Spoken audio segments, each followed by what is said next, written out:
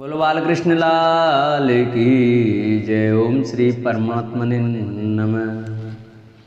इस प्रकार भगवान के वचन सुनकर अर्जुन बोला, हे भगवान, मेरे पर अनुग्रह करने के लिए परम गोपनीय अध्यात्म विषयक वचन अर्थात उपदेश आपके द्वारा जो कहा गया उससे मेरा ये अज्ञान नष्ट हो गया है। क्योंकि हे कमल नेत्र, मैंने भूतों की उत्पत्ति और प्रलय आपसे विस्तार पूर्वक सुने हैं तथा आपका अविनाशी प्रभाव भी सुना है। हे परमेश्वर, आप अपने को जैसा कहते हो यह ठीक ऐसा ही है, परंतु हे पुरुषोत्तम, आपके ज्ञान, ऐश्वर्य, शक्ति, बल, वीर्य और तेज युक्त रूप को प्रत्यक्ष देखना चाहता हूँ। हे प्रभु, मेरे द्वारा वह आपका रूप देखा जाना सच है ऐसा यदि मानते हैं तो हे योगेश्वर, आप अपने अविनाशी स्वरूप का मुझे दर्शन कराइए। इस प्रकार अर्जुन के प्रार्थना करने पर श्री कृष्ण भगवान बोले, हे पार्थ, मेरे सैकड़ों तथा हजारों नाना प्रकार के और नाना वर्ण तथा आकृति वाले अलौकिक रूपों को देख। हे भरतवंशी अर्जुन, मेरे में आदित्यों को अर्थात अदिति के 12 पुत्रों को और 8 वसुओं को, एकादश रुद्रों को तथा दोनों अश्विनी कुमारों को और 49 मरुद्गणों को देख तथा और भी बहुत से पहले न देखे हुए आश्चर्यमय रूपों को देख। हे गुणाकेश, अब इस मेरे शरीर में एक जगह स्थित हुए चराचर सहित संपूर्ण जगत को देख तथा और भी जो कुछ देखना चाहता है सो देख, परंतु मेरे को इन अपने प्राकृतिक नेत्रों द्वारा देखने को निसंदेह समर्थ नहीं है। इसी से मैं तेरे लिए दिव्य अर्थात अलौकिक चक्षु देता हूँ, उससे तू मेरे प्रभाव को और योग शक्ति को देख। संजय बोला, हे राजन, महायोगेश्वर और सब पापों के नाश करने वाले भगवान ने इस प्रकार कहकर उसके उपरांत अर्जुन के लिए परम ऐश्वर्य युक्त दिव्य स्वरूप दिखाया। उस अनेक मुख और नेत्रों से युक्त तथा अनेक अद्भुत दर्शनों वाले एवं बहुत से दिव्य दिव्य भूषणों से युक्त और बहुत से दिव्य शस्त्रों को हाथ में लिए उठाए हुए तथा दिव्य माला और वस्त्रों को धारण किए हुए और दिव्य गंध का अनुलेपन किए हुए एवं सब प्रकार के आसनों से युक्त सीमा रहित विराट स्वरूप परम देव परमेश्वर को अर्जुन ने देखा। हे राजन, आकाश में 1000 सूर्यों के एक साथ उदय होने से उत्पन्न हुआ जो प्रकाश होवे, वह भी उस विश्वरूप परमात्मा के प्रकाश के सदृश कदाचित ही होवे। ऐसे आश्चर्य में रूप को देखते हुए पांडुपुत्र अर्जुन ने उस काल में अनेक प्रकार से विभक्त हुए अर्थात पृथक पृथक हुए संपूर्ण जगत को उस देवों के देव श्री कृष्ण भगवान के शरीर में एक जगह स्थित देखा। उनके अनंतर वह आश्चर्य से युक्त हुआ हर्षित रोमों वाला अर्जुन विश्व रूप परमात्मा को श्रद्धा भक्ति सहित सिर से प्रणाम करके हाथ जोड़े हुए बोला, हे देव, आपके शरीर में संपूर्ण देवों को तथा अनेक भूतों के समुदाय को और कमल के आसन पर बैठे हुए ब्रह्मा को तथा महादेव को और संपूर्ण ऋषियों को तथा दिव्य सर्पों को देखा है। हे संपूर्ण विश्व के स्वामिन, आपको अनेक हाथ, पेट, मुख और नेत्रों से युक्त तथा सब और अनंत रूपों वाला दिखता हूँ। हे विश्वरूप, आपके न अंत को देखता हूँ तथा न मध्य को और न आदि को ही देखता हूँ। हे विष्णु, आपको मैं मुकुट युक्त, गदा युक्त और चक्र युक्त तथा सब ओर से प्रकाशमान तेज का पुंज, प्रज्वलित अग्नि और सूर्य के सदृश ज्योति युक्त देखने में अति गहन और अप्रमेय स्वरूप सब ओर से देखता हूँ। इसलिए हे भगवान, आप ही जानने योग्य परम अक्षर है अर्थात परब्रह्म परमात्मा है और आप ही इस जगत के परम आश्रय हैं तथा आप ही अनादि धर्म के रक्षक हैं और आप ही अविनाशी सनातन पुरुष हैं, ऐसा मेरा मत है। हे परमेश्वर, मैं आपको आदि अंत और मध्य से रहित तथा अनंत सामर्थ्य से युक्त और अनंत हाथों वाला तथा चंद्र सूर्य रूप नेत्रों वाला और प्रज्वलित अग्नि रूप मुख वाला तथा अपने तेज से इस जगत की तपायमान करता हुआ देखता हूँ। हे महात्मन, यह स्वर्ग और पृथ्वी के बीच का संपूर्ण आकाश तथा सब दिशाएं एक आप से ही परिपूर्ण है तथा आपके इस अलौकिक और भयंकर रूप को देखकर तीनों लोग अति व्यथा को प्राप्त हो रहे हैं। हे गोविंद, वे सब देवताओं के समूह आप में ही प्रवेश करते हैं और कई एक भयभीत होकर हाथ जोड़े हुए आपके नाम और गुणों का उच्चारण करते हैं तथा महर्षि और सिद्धों के समुदाय कल्याण होवे ऐसा कहकर उत्तम उत्तम स्तोत्रों द्वारा आपकी स्तुति करते हैं। हे परमेश्वर, जो एकादश रुद्र और द्वादश आदित्य तथा 8 वसु और 7 दिगण विश्वदेव तथा अश्विनी कुमार और मरुदगण और पितरों का समुदाय तथा गंधर्व यक्ष राक्षस और सिद्ध गणों के समुदाय हैं, वे सब ही विस्मित हुए आपको देखते हैं।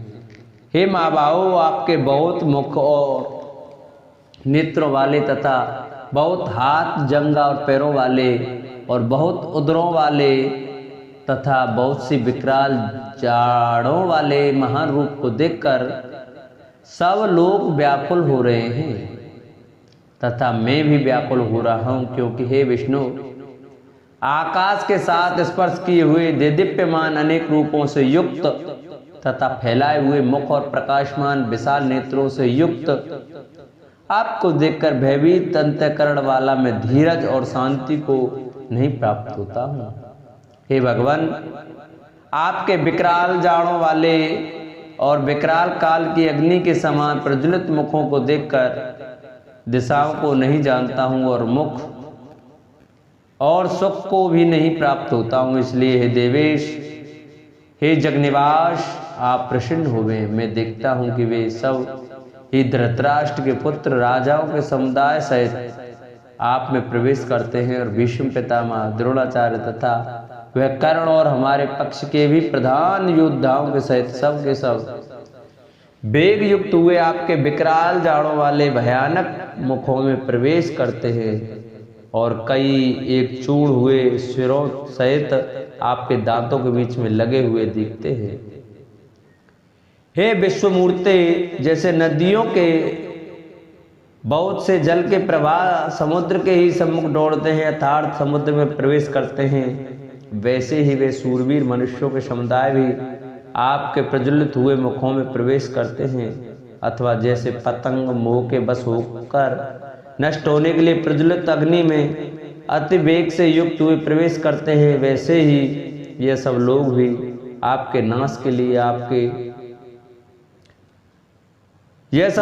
अपने नाश के लिए आपके मुखों में अति वेग से युक्त हुए प्रवेश करते हैं और आप उन संपूर्ण लोगों को प्रज्वलित मुखों द्वारा प्रसन्न करते हुए सब ओर से चाट रहे हैं। हे विष्णु, आपका उग्र प्रकाश संपूर्ण जगत को तेज के द्वारा परिपूर्ण करके तपायमान करता है। भगवान, कृपा करके मेरे प्रति कहिए कि आप उग्र रूप वाले कौन हैं। हे देवों में श्रेष्ठ, आपको नमस्कार होवे, आप प्रसन्न होइए। आदि स्वरूप आपको मैं तत्व से जानना चाहता हूँ, क्योंकि आपकी प्रवृत्ति को मैं नहीं जानता। इस प्रकार अर्जुन के पूछने पर श्री कृष्ण भगवान बोले, हे अर्जुन, मैं लोकों का नाश करने वाला बड़ा हुआ महाकाल हूँ। इस समय इन लोकों को नष्ट करने के लिए प्रवृत्त हुआ हूँ। इसलिए जो प्रतिपक्षियों की सेना में स्थित हुआ योद्धा लोग हैं, वे सब तेरे बिना ही नहीं रहेंगे, अर्थात तेरे युद्ध न करने से भी इन सब का नाश हो जाएगा। इससे तू खड़ा हो और यश को प्राप्त कर तथा शत्रुओं को जीतकर धनदान से संपन्न राज को भोग। और यह सब सूरवीर पहले से ही मेरे द्वारा मारे हुए हैं। ये सभ्य सचिन, तू तो केवल निमित्त मात्र ही हो जा तथा इन द्रोणाचार्य और भीष्म पितामह तथा जयद्रथ और कर्ण तथा और भी बहुत से मेरे द्वारा मारे हुए सूरवीर योद्धाओं को तू मार और भय मत कर। निसंदेह तू युद्ध में बैरियों को जीतेगा, इसलिए युद्ध कर। इसके उपरांत संजय बोला कि हे राजन, केशव भगवान के इस वचनों को सुनकर मुकुटधारी अर्जुन हाथ जोड़े हुए कांपता हुआ नमस्कार करके फिर भी भयभीत हुआ, प्रणाम करके भगवान श्री कृष्ण के प्रति गदगद वाणी से बोला कि हे अंतर्यामिन, यह योग्य ही है कि जो आपके नाम और प्रभाव के कीर्तन से जगत अत्यर्षित होता है और अनुराग को भी प्राप्त होता है, तथा भयभीत हुए राक्षस लोग दिशाओं में भागते हैं और सब सिद्धगणों के समुदाय नमस्कार करते हैं। हे महात्मन, ब्रह्मा के भी आदि कर्ता और सबके बड़े आपके लिए वे कैसे नमस्कार नहीं करें, क्योंकि हे अनंत, हे देवेश, हे जगन्निवास, जो सत असत और उनसे परे अक्षर अतार्थ सच्चिदानंद घन ब्रह्म है, वह आप ही है। हे प्रभु, आप आदिदेव और सनातन पुरुष हैं। आप इस जगत के परम आश्रय और जानने वाले तथा जानने योग्य और परम धाम है। हे अनंत रूप, आपसे यह सब जगत व्याप्त अतार्थ परिपूर्ण है। हे हरे, आप वायु, यमराज, अग्नि, वरुण, चंद्रमा तथा प्रजा के स्वामी ब्रह्मा और ब्रह्मा के भी पिता हैं। आपके लिए हजारों बार नमस्कार नमस्कार हुए। आपके लिए फिर भी बारंबार नमस्कार नमस्कार हुए। हे अनंत सामर्थ्य वाले, आपके लिए आगे से और पीछे से भी नमस्कार हुए। हे सर्वात्मन, आपके लिए सब ओर से ही नमस्कार हुए, क्योंकि अनंत पराक्रमशाली आप सब संसार को व्याप्त किए हुए हैं, इसलिए आप ही सर्वरूप हैं। हे परमेश्वर सखा, ऐसे मानकर आपके इस प्रभाव को न जानते हुए मेरे द्वारा प्रेम से अथवा प्रमाद से भी हे कृष्ण, हे यादव, हे सखे, इस प्रकार जो कुछ हठपूर्वक कहा गया है, और हे अच्युत, जो आप हंसी के लिए विहार, शैया, आसन और भोजन आदि को मैं अकेले अथवा इन शाखाओं के सामने भी अपमानित किए गए हैं, वह सब अपराध अप्रमेय स्वरूप अतार्थ अचिंत्य प्रभाव वाले आप से मैं क्षमा करता हूँ। हे विश्वेश्वर, आप इस चराचर जगत के पिता और गुरु से भी बड़े गुरु एवं अति पूजनीय हैं। अतिशय प्रभाव वाले तीनों लोकों में आपके समान भी दूसरा कोई नहीं है, फिर अधिक कैसे हुए। इससे हे प्रभु, मैं शरीर को अच्छी प्रकार चरणों में रखे और प्रणाम करके स्तुति करने योग्य आप ईश्वर को प्रसन्न होने के लिए प्रार्थना करता हूँ। हे देव, पिता जैसे पुत्र के और सखा जैसे सखा के और पति जैसे प्रिय स्त्री के, वैसे ही आप भी मेरे अपराध को सहन करने के लिए योग्य हैं। हे विश्वमूर्ते, मैं पहले न देखे हुए आश्चर्य में आपके स्वरूप को देख कर हर्षित हो रहा हूँ और मेरा मन भय से अति व्याकुल ही हो रहा है। इसलिए हे देव, आप उस अपने चतुर्भुज रूप को ही मेरे लिए दिखाइए। हे देवेश, हे जगन्निवास, प्रसन्न होइए। हे विष्णु, मैं वैसे ही आपको मुकुट धारण किए हुए तथा गदा और चक्र हाथ में लिए हुए देखना चाहता हूँ। इसलिए विश्वरूप, हे सहस्त्रबाहो, आप उसी चतुर्भुज रूप से युक्त होइए।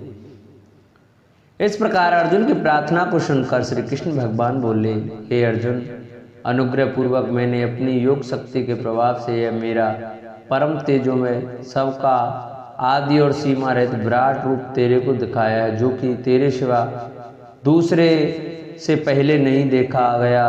हे अर्जुन, मनुष्य लोक में इस प्रकार विश्व रूप वाले मैं न वेद और यज्ञों के अध्ययन से तथा न दान से और न क्रियाओं से और न उग्र तपों से ही तेरे सिवा दूसरे से देखा जाने को सक्षम हूँ। इस प्रकार के मेरे इस विकराल रूप को देखकर तेरे को व्याकुलता न होवे और मूढ़ भाव भी न होवे और भय रहित प्रीति युक्त मन वाला तू उस ही मेरे इस शंख चक्र गदा पद्म सहित चतुर्भुज रूप को फिर देख। उसके उपरांत संजय बोला, हे राजन, वासुदेव भगवान ने अर्जुन के प्रति इस प्रकार कहकर फिर वैसे ही अपने चतुर्भुज रूप को दिखाया और फिर महात्मा कृष्ण ने सौम्य मूर्ति होकर इस भयभीत हुए अर्जुन को धीरज दिया।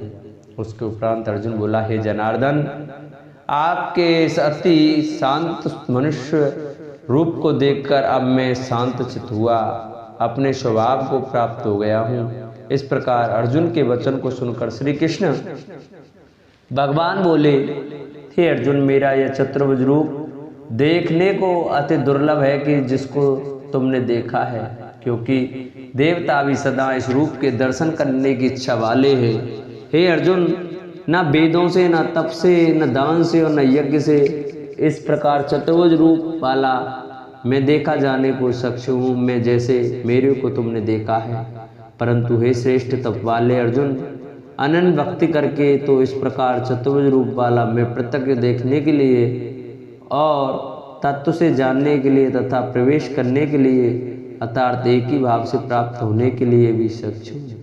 हे अर्जुन, जो पुरुष केवल मेरे ही लिए सब कुछ मेरा समझता हुआ यज्ञ, दान और तप आदि संपूर्ण कर्तव्य कर्मों को करने वाला है और मेरे परायण है, अर्थात मेरे को परम आश्रय और परम गति मानकर मेरी प्राप्ति के लिए तत्पर है, तथा मेरा भक्त है, अर्थात मेरे नाम गुण प्रभाव और यश के श्रवण कीर्तन मनन ध्यान और पठन पाठन का प्रेम सहित निष्काम भाव से निरंतर अभ्यास करने वाला है और आसक्ति रहित है, अर्थात स्त्री पुत्र और धनादि संपूर्ण सांसारिक पदार्थों में स्नेह रहित है और संपूर्ण भूत प्राणियों में बैर भाव से रहित है। ऐसा वह अनन्य भक्ति वाला पुरुष मेरे को ही प्राप्त होता है।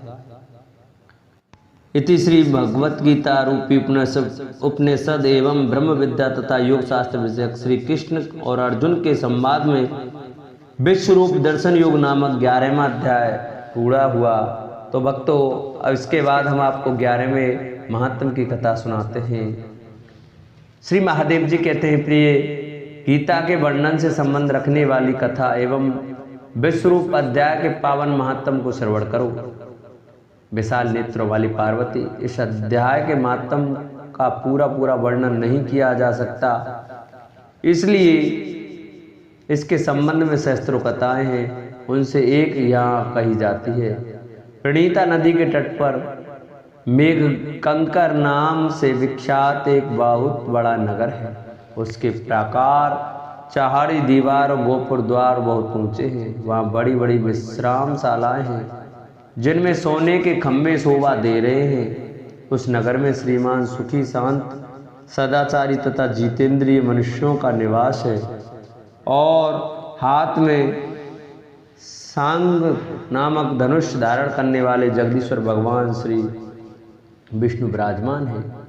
हे परब्रह्म के साकार स्वरूप हैं, संसार के नेत्रों को जीवन प्रदान करने वाले हैं। उनका गौरवपूर्ण श्री विग्रह भगवती लक्ष्मी के नेत्र कमलों द्वारा पूजित होता है। भगवान की वह झांकी वामन अवतार की है। मेघ के समान उनका श्याम वर्ण तथा कोमल आकृति है। बक के स्थल पर श्री वत्स का चिन्ह शोभा पाता है। वे कमल और वनमाला से विभूषित हैं। अनेक प्रकार के आभूषणों से सुशोभित तो भगवान वामन रत्नयुक्त समुद्र के सदृश जान पड़ते हैं। पीताम्बर से उनके श्याम विग्रह की कांति ऐसी प्रतीत होती है मानो चमकती हुई बिजली से घिरा हुआ स्निग्ध मेघ शोभा पा रहा हो। उन भगवान वामन का दर्शन करके जीव जन्म एवं संसार के बंधन से मुक्त हो जाता है। उस नगर में मेखला नामक महान तीर्थ है जिसमें स्नान करके मनुष्य शाश्वत वैकुंठ धाम को प्राप्त होता है। वहाँ जगत के स्वामी करुणा सागर भगवान नरसिंह का दर्शन करने से मनुष्य शांत 7 जन्मों के किए हुए घोर पाप से छुटकारा पा जाता है। जो मनुष्य मेखला में गणेश जी का दर्शन करता है वह सदा दुस्तर विघ्नों से भी पार हो जाता है। उसी मेघ कंकर नगर में कोई भी श्रेष्ठ ब्राह्मण थे जो ब्रह्मचर्य परायण, ममता और अहंकार से रहित, वेद शास्त्रों में प्रवीण, जितेंद्रिय तथा भगवान वासुदेव के शरणागत थे। उनका नाम सुनंद था।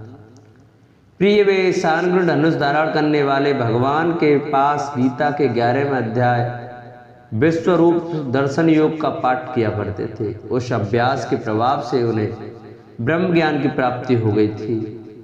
परमानंद संतोष से पूर्ण उत्तम ज्ञानमयी समाधि के द्वारा इंद्रियों के अंतर्मुख हो जाने के कारण वे निश्चल स्थिति को प्राप्त हो गए और सदा जीवन मुक्त योग की स्थिति में रहते थे। एक समय जब बृहस्पति सिंह राशि पर स्थित थे, महायोगी सुनंद ने गोदावरी तीर्थ की यात्रा आरंभ की। वे क्रम से विरज तीर्थ, तारा तीर्थ, कपिला संगम, अष्ट तीर्थ, कपिलाद्वा, नरसिंह वन, अंबिकापुरी तथा करस्थानपुर आदि क्षेत्रों में स्नान और दर्शन करते हुए विवाह मंडप नामक नगर में आए। वहां उन्होंने प्रत्येक घर में जाकर अपने ठहरने के लिए स्थान मांगा, परंतु कहीं भी उन्हें स्थान नहीं मिला। अंत में गांव के मुखिया ने उन्हें एक बहुत बड़ी धर्मशाला दिखा दी। ब्राह्मण ने साथियों सहित उसके भीतर जाकर रात में निवास किया। सवेरा होने पर उन्होंने अपने को तो धर्मशाला के बाहर पाया, किंतु उनके और साथी नहीं दिखाई दिए। वे उन्हें खोजने के लिए चले। इतने में ही ग्रामपाल मुखिए से उनकी भेंट हो गई। ग्रामपाल ने कहा, मुनिश्रेष्ठ, तुम सब प्रकार से दीर्घायु जान पड़ते हो, सौभाग्यशाली तथा पुण्यवान पुरुषों में तुम सबसे पवित्र हो। तुम्हारे भीतर कोई लोकोत्तर प्रभाव विद्यमान है। तुम्हारे साथी कहाँ गए और कैसे इस भवन से बाहर हुए, इसका पता लगाओ। मैं तुम्हारे सामने इतना ही कहता हूँ कि तुम्हारे जैसा तपस्वी मुझे दूसरा कोई नहीं दिखाई देता। विप्रवर, तुम्हें किस महामंत्र का ज्ञान है, किस विद्या का आश्रय लेते हो तथा किस देवता की दया से तुम्हें अलौकिक शक्ति आ गई है। भगवान कृपा करके इस गांव में रहो, मैं तुम्हारी सब सेवा शुश्रूषा करूंगा। यूं कहकर ग्रामपाल ने मुनीश्वर सुनंद को अपने गांव में ठहरा लिया। वह दिन रात बड़ी भक्ति से उनकी सेवा टहल करने लगा। जब 7-8 दिन बीत गए, तब एक दिन प्रातःकाल आकर वह बहुत दुखी और महात्मा के सामने रोने लगा और बोला, हाय, आज रात में राक्षस ने मुझ भाग्यहीन के बेटे को चबा लिया है। मेरा पुत्र बड़ा ही गुणवान और भक्तिमान था। ग्रामपाल के इस प्रकार कहने पर योगी सुनंद ने पूछा, कहाँ है वह राक्षस और किस प्रकार उसने तुम्हारे पुत्र का भक्षण किया है? ग्रामपाल बोला, ब्राह्मण, इस नगर में एक बड़ा भयंकर नरभक्षी राक्षस रहता है। वह प्रतिदिन आकर इस नगर के मनुष्यों को खा लिया करता है। जब एक दिन समस्त नगरवासियों ने मिलकर उससे प्रार्थना की, राक्षस, तुम हम सब लोगों की रक्षा करो, हम तुम्हारे लिए भोजन की व्यवस्था किए देते हैं।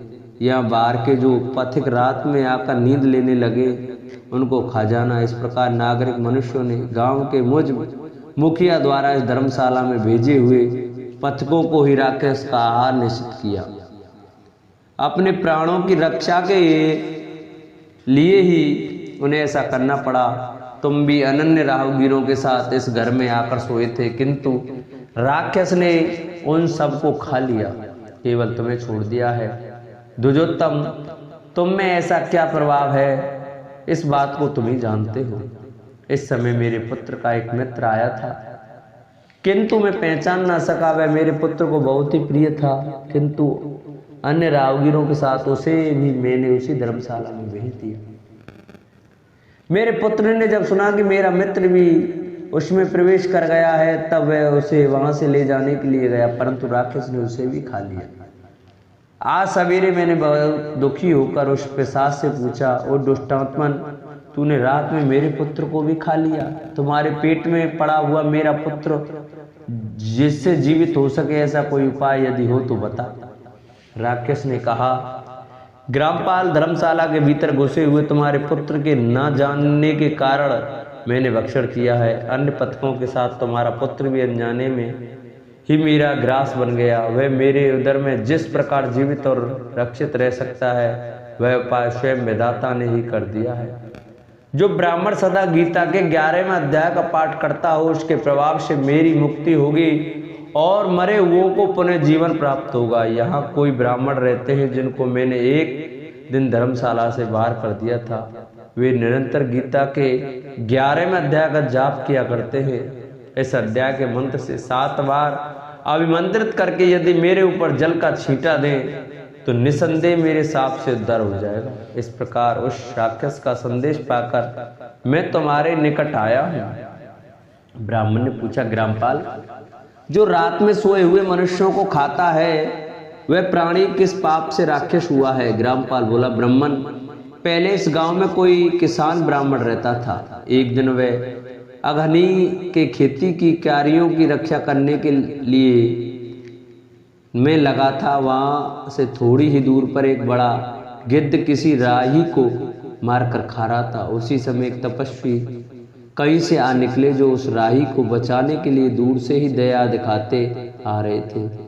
गिद्ध उस राही को खाकर आकाश में उड़ गया। तब तपस्वी ने कुपित होकर उस किसान से कहा, ओ दुष्ट हलवाए, तुझे धिक्कार है, तू बड़ा ही कठोर और निर्दयी है। दूसरे की रक्षा से मुंह मोड़कर केवल पेट पालने के धंधे में लगा है। तेरा जीवन नष्ट प्राय है। अरे जो चोर डाढ़ वाले जीव, सर्प, शत्रु, अग्नि, विष, जल, गीध, राक्षस, भूत तथा बेताल आदि के द्वारा घायल हुए मनुष्यों की शक्ति होते हुए भी उपेक्षा करता है, वह उनके वध का फल पाता है। जो शक्तिशाली होकर भी चोर आदि के चंगुल में फंसे हुए ब्राह्मणों को छुड़ाने की चेष्टा नहीं करता, वह घोर नरक में पड़ता है और पुनः भेड़िए की योनि में जन्म लेता है। जो वन में मारे जाते हुए तथा गृध्र और व्याध की दृष्टि में पड़े हुए जीव की रक्षा के लिए छोड़ो छोड़ो की पुकार करता है, वह परम गति को प्राप्त होता है। जो मनुष्य गौ की रक्षा के लिए व्याघ्र, भील तथा दुष्ट राजाओं के हाथ से मारे जाते हैं, वे भगवान विष्णु के उस परम पद को प्राप्त होते हैं जो योगियों के लिए भी बड़ी दुर्लभ है। सहस्त्र, अश्वमेध और 100 पे यज्ञ मिलकर शरणागत रक्षा की 16वीं कला के बराबर भी नहीं हो सकते। दीन तथा भयभीत जीव की उपेक्षा करने से पुण्यवान पुरुष भी समय आने पर कुंभिपाक नरक में पकाया जाता है। तूने दुष्ट गिद्ध के द्वारा खाए जाते हुए राही को देखकर उसे बचाने में समर्थ होते हुए भी जो इसकी रक्षा नहीं की, इससे तू निर्दयी जान पड़ता है, अतः तू राक्षस हो जा। हलवा बोला, महात्मन, मैं यहाँ उपस्थित था, किंतु मेरे नेत्र बहुत देर से खेत की रक्षा में लगे थे, अतः पास होने पर भी गिद्ध के द्वारा मारे जाते हुए इस मनुष्य को मैं नहीं जान सका, अतः मुझ दिन पर आपको अनुग्रह करना चाहिए। तपस्वी ब्राह्मण ने कहा, जो प्रतिदिन गीता के 11वें अध्याय का जप करता है, उस मनुष्य के द्वारा अभिमंत्रित जल जब तुम्हारे मस्तक पर पड़ेगा, उस समय तुम्हें सांप से छुटकारा मिल जाएगा। यह कहकर तपस्वी ब्राह्मण चले गए और वह हलवाया राक्षस हो गया। अतः द्विजश्रेष्ठ, तुम चलो और 11वें अध्याय से तीर्थ के जल को अभिमंत्रित करो, फिर अपने ही हाथ से उस राक्षस के मस्तक पर उसे छिड़क दो। ग्रामपाल की यह सारी प्रार्थना सुनकर ब्राह्मण का हृदय करुणा से भर आया। वे बहुत अच्छा कहकर उसके साथ राक्षस के निकट गए। वे ब्राह्मण योगी थे। उन्होंने विश्वरूप दर्शन नामक 11वें अध्याय से जल अभिमंत्रित करके उस राक्षस के मस्तक पर डाला। गीता के 11वें अध्याय के प्रभाव से वह सांप से मुक्त हो गया। उसने राक्षस देह का परित्याग करके चतुर्भुज रूप धारण कर लिया तथा उसने जिन सहस्त्रों पथिकों को भक्षण किया था, वे भी शंख, चक्र एवं गदा धारण किए चतुर्भुज रूप हो गए। तत्पश्चात वे सभी विमान पर आरूढ़ हुए। इतने में ही ग्रामपाल ने राक्षस से कहा, निशाचर, मेरा पुत्र कौन है, उसे दिखाओ। उसके योग कहने पर दिव्य बुद्धि वाले राक्षस ने कहा, ये जो तमाल के समान श्याम 4 भुजाधारी माणिक्य में मुकुट से सुशोभित तथा दिव्य मणियों के बने हुए कुंडलों से अलंकृत है, हार पहनने के कारण जिसके कंधे मनोहर प्रतीत होते हैं, जो सोने के भुजबंधों से विभूषित कमल के समान नेत्र वाले स्निग्ध रूप तथा हाथ में कमल लिए हुए है और दिव्य विमान पर बैठकर देवत्व को प्राप्त हो चुके हैं, इन्हीं को अपना पुत्र समझो। यह सुनकर ग्रामपाल ने उसी रूप में अपने पुत्र को देखा और उसे अपने घर ले जाना चाहा। यह देख उसका पुत्र हंस पड़ा और इस प्रकार कहने लगा। पुत्र बोला, ग्रामपाल, कई बार तुम भी मेरे पुत्र हो चुके हो। पहले मैं तुम्हारा पुत्र था, किंतु अब देवता हो गया हूँ। इन ब्राह्मण देवता के प्रसाद से वैकुंठ धाम को जाऊंगा। देखो, यह निशाचर भी चतुर्भुज रूप को प्राप्त हो गया। 11वें अध्याय के माध्यम से यह सब लोगों के साथ विष्णु धाम को जा रहा है, अतः तुम भी इन ब्राह्मण देव के गीता के 11वें अध्याय का अध्ययन करो और निरंतर उसका जप करते रहो। इसमें संदेह नहीं है कि तुम्हारी भी ऐसी उत्तम गति होगी तथा मनुष्यों के लिए साधु पुरुषों का संग सर्वथा दुर्लभ है, वह भी इस समय तुम्हें प्राप्त है। अतः अपना अभीष्ट सिद्ध करो। धन, योग, दान, यज्ञ, तपस्या और पूर्त कर्मों से क्या लेना है। विश्वरूपाध्याय के पाठ से ही परम कल्याण की प्राप्ति हो जाती है। पूर्णानंद संतोष स्वरूप श्री कृष्ण नामक ब्रह्म के मुख से कुरुक्षेत्र में अपने मित्र अर्जुन के प्रति जो अमृत में उपदेश निकला था वही श्री विष्णु का परम तात्विक रूप है। तुम उसी का चिंतन करो। वह मोक्ष के लिए प्रसिद्ध रसायन है। संसार वह से डरे हुए मनुष्यों की आदि व्याधि का विनाशक तथा अनेक जन्मों के दुखों का नाश करने वाला है। मैं उसके सिवा दूसरे किसी साधन को ऐसा नहीं देखता, अतः उसी का अभ्यास करो। श्री महादेव जी कहते हैं, यूँ कहकर वह सब के साथ श्री विष्णु जी के परम धाम को चला गया। तब ग्रामपाल ने ब्राह्मण के मुख से उस अध्याय को पढ़ा। फिर वे दोनों ही उसके माध्यम से विष्णु धाम को चले गए। पार्वती, इस प्रकार तुम्हें 11वें अध्याय की महत्तम कथा सुनाई है। इसके श्रवण मात्र से महान पातकों का नाश हो जाता है। बोलो विष्णु भगवान की जय। बोलो श्रीमद् भगवत गीता की जय।